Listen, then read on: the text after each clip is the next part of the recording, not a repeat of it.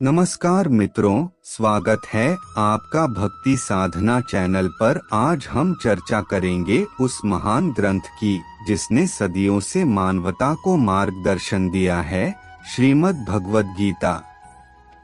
यह केवल एक धार्मिक ग्रंथ नहीं है, बल्कि जीवन का एक दर्शन है जो हमें सिखाता है कि कैसे हम सही तरीके से जीवन का नेतृत्व कर सकते हैं। क्या आपने कभी सोचा है कि जीवन का वास्तविक उद्देश्य क्या है? कर्म, भक्ति और ज्ञान से कैसे हम मुक्ति पा सकते हैं? आज मैं आपको भगवद गीता का संपूर्ण सार समझाने जा रहा हूँ, जो जीवन के इन गहरे प्रश्नों का उत्तर देता है।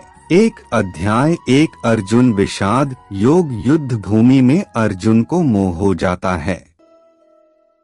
वे अपने रिश्तेदारों, गुरुओं और मित्रों के खिलाफ युद्ध करने से हिचकिचाते हैं। अर्जुन के मन में द्वंद्व उत्पन्न होता है और वे श्री कृष्ण से मार्गदर्शन मांगते हैं। यदा यदा हि धर्मस्य ग्लानिर्भवति भारत, अभ्युत्थानमधर्मस्य तदात्मानं सृजाम्यहम्। जब जब धर्म का ह्रास होता है और अधर्म बढ़ता है, तब तब मैं अवतरित होता हूँ। अध्याय 2 सांख्य योग। श्री कृष्ण अर्जुन को आत्मा की अमरता के बारे में बताते हैं और कर्मयोग का महत्व समझाते हैं। नैन छिन्दन्ति शस्त्राणि नैन दहति पावकहन चैन क्लेद्यन्त्यापो न शोष्यति मारुतः। आत्मा को शस्त्र काट नहीं सकते, अग्नि जला नहीं सकती, जल गीला नहीं कर सकता और वायु सुखा नहीं सकती। अध्याय 3 कर्मयोग। श्री कृष्ण अर्जुन को कर्मयोग का मार्ग बताते हैं। मनुष्य को बिना फल की चिंता किए अपने कर्म करना चाहिए। कर्मण्येवाधिकारस्ते मा फलेषु कदाचन, माँ कर्मफल हेतुर्भूर्मा ते संगोस्त्व कर्मणि। तेरा कर्म करने में ही अधिकार है, फल में कभी नहीं। कर्म का फल तेरे कर्म का कारण न बने और आलस्य भी तुझे कर्म से न रोके। 4 अध्याय 4 ज्ञान कर्म संन्यास योग। भगवान श्री कृष्ण ज्ञान योग का वर्णन करते हैं और अवतार के उद्देश्य को समझाते हैं। परित्राणाय साधूना विनाशाय च दुष्कृतां, धर्म संस्थापनार्थाय संभवामि युगे युगे। साधुओं की रक्षा और दुष्टों का विनाश करने, धर्म की स्थापना करने के लिए मैं युग युग में अवतार लेता हूँ। 5 अध्याय 5 कर्म संन्यास योग। कर्मयोग और संन्यास का तुलनात्मक अध्ययन। निष्काम कर्म योग ही श्रेष्ठ मार्ग है। योगयुक्तो विशुद्धात्मा विजितात्मा जितेन्द्रियः, सर्वभूतात्म भूतात्मा कुर्वन्नपि न लिप्यते। जो मनुष्य योगयुक्त, पवित्र और आत्मा को नियंत्रित किए हुए है, वह सारे जीवों को अपना आत्मा समझते हुए कर्म करते हुए भी लिप्त नहीं होता। अध्याय 6 ध्यान योग। श्री कृष्ण ध्यान की विधि और महत्व बताते हैं। मनुष्य को आत्मनियंत्रण के साथ ध्यान करना चाहिए। उद्धरेदात्मनात्मान नात्मानमवसाद्येत, आत्मैव ह्यात्मनो बंधुरात्मैव रिपुरात्मनः। मनुष्य स्वयं ही अपना उद्धार कर सकता है और स्वयं ही अपना पतन कर सकता है। 7 अध्याय 7 ज्ञान विज्ञान योग। श्री कृष्ण परम ज्ञान और विज्ञान का वर्णन करते हैं, जिससे परमात्मा को जाना जा सकता है। बहुना जन्मना मन्ते ज्ञानवान मा प्रपद्यते, वासुदेवः सर्वमिति स महात्मा सुदुर्लभः। अनेक जन्मों के बाद ज्ञानवान व्यक्ति मुझे प्राप्त करता है और जानता है कि वासुदेव ही सब कुछ है। 8 अध्याय 8 अक्षर ब्रह्मा योग। मृत्यु के समय परमात्मा का स्मरण करने से मुक्ति प्राप्त होती है। अंतकाले च मामेव स्मरन् मुक्त्वा कलेवरम्। यह प्रयाति समद्भावन याति नास्त्यत्र संशयः। जो व्यक्ति मृत्यु के समय मुझे स्मरण करता है वह निश्चित रूप से मेरे स्वरूप को प्राप्त करता है। अध्याय 9 राजविद्या राजगुह्य योग। भगवान इस अध्याय में भक्ति योग और अपने दिव्य स्वरूप का वर्णन करते हैं। अनन्याश्चिंत्यन्तो मां ये जनाः पर्युपास्ते तेषां नित्याभियुक्ताना योगक्षेम वहाम्यहम्। जो अनन्य भाव से मेरा भजन करते हैं उनके योगक्षेम का मैं स्वयं पालन करता हूँ।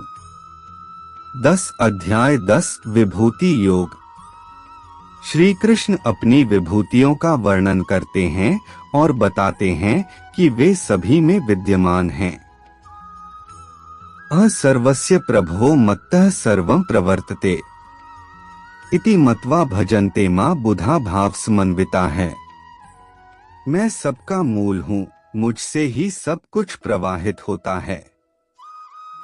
जो ज्ञानी ऐसा जानते हैं वे मेरी भक्ति में लगे रहते हैं।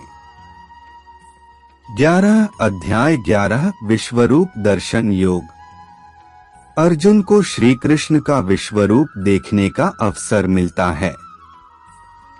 दिवि सूर्य सहस्रस्य भवेद्युपदुत्थिता यदि भाः सदृशी सा स्याद्भासस्तस्य महात्मनः। यदि आकाश में 1,000,000 सूर्य उदित हो जाए तो वह तेज उस महात्मा के तेज के समान होगा। अध्याय 12 भक्ति योग। श्री कृष्ण भक्ति योग की महिमा बताते हैं और भक्त की विशेषताएं समझाते हैं। मन्मना भव मद्भक्तो मद्याजी मां नमस्कुरु मामे वैश्यसी युक्तैवमात्मानं मत्परायणः। मेरा स्मरण करो, मेरे भक्त बनो, मेरी पूजा करो और मुझे प्रणाम करो। ऐसा करने से तुम मुझे ही प्राप्त करोगे। 13 अध्याय 13 क्षेत्र क्षेत्रज्ञ विभाग योग। शरीर और आत्मा के भेद को समझाया गया है। क्षेत्रज्ञ चापी मां विद्धि सर्वक्षेत्रेषु भारत। क्षेत्र क्षेत्रज्ञयोर ज्ञानन यत्तज्ज्ञानं मतं मम। हे अर्जुन, सभी शरीरों में क्षेत्रज्ञ को मुझसे ही समझो और शरीर और आत्मा के ज्ञान को ही मैं ज्ञान मानता हूँ। 14 अध्याय 14 गुणत्रय विभाग योग। सत्व, रजस और तमस 3 गुणों का वर्णन। इन गुणों से ऊपर उठकर मोक्ष प्राप्त होता है। सत्वं सुखे संजयति रजः कर्मणि भारत। ज्ञानमावृत्य तु तमः प्रमादे संजयत्युत। सत्व गुण सुख में, रजस कर्म में और तमस प्रमाद में लगाता है। 15 अध्याय 15 पुरुषोत्तम योग। संसार के वृक्ष और पुरुषोत्तम के स्वरूप का वर्णन। ममैवांशो जीवलोके जीवभूतः सनातनः। मनः षष्ठानीन्द्रियाणि प्रकृतिस्थानि कर्षति। जीवात्मा मेरा ही अंश है, वह प्रकृति में स्थित मन और इंद्रियों को लेकर संसार में विचरता है। अध्याय 16 दैवासुर संपद विभाग योग। दैवी और आसुरी संपत्तियों का वर्णन। दैवी गुणों से मोक्ष और आसुरी गुणों से बंधन होता है। अभय सत्व संशुद्धिर ज्ञान योग व्यवस्थिति है। दान दमश्च यज्ञश्च स्वाध्यायस्तप आर्जवम। भय का अभाव, मन की पवित्रता, ज्ञान योग में स्थिरता, दान, इंद्रिय निग्रह, यज्ञ, अध्ययन, तप और सरलता ये दैवी गुण हैं। अध्याय 17 श्रद्धात्रय विभाग योग। श्रद्धा के प्रकार का वर्णन। सात्विक, राजसिक और तामसिक। श्रद्धामयो पुरुषो यो यच्छ्रद्धः स एव सः। मनुष्य श्रद्धामय है, जैसी उसकी श्रद्धा होती है।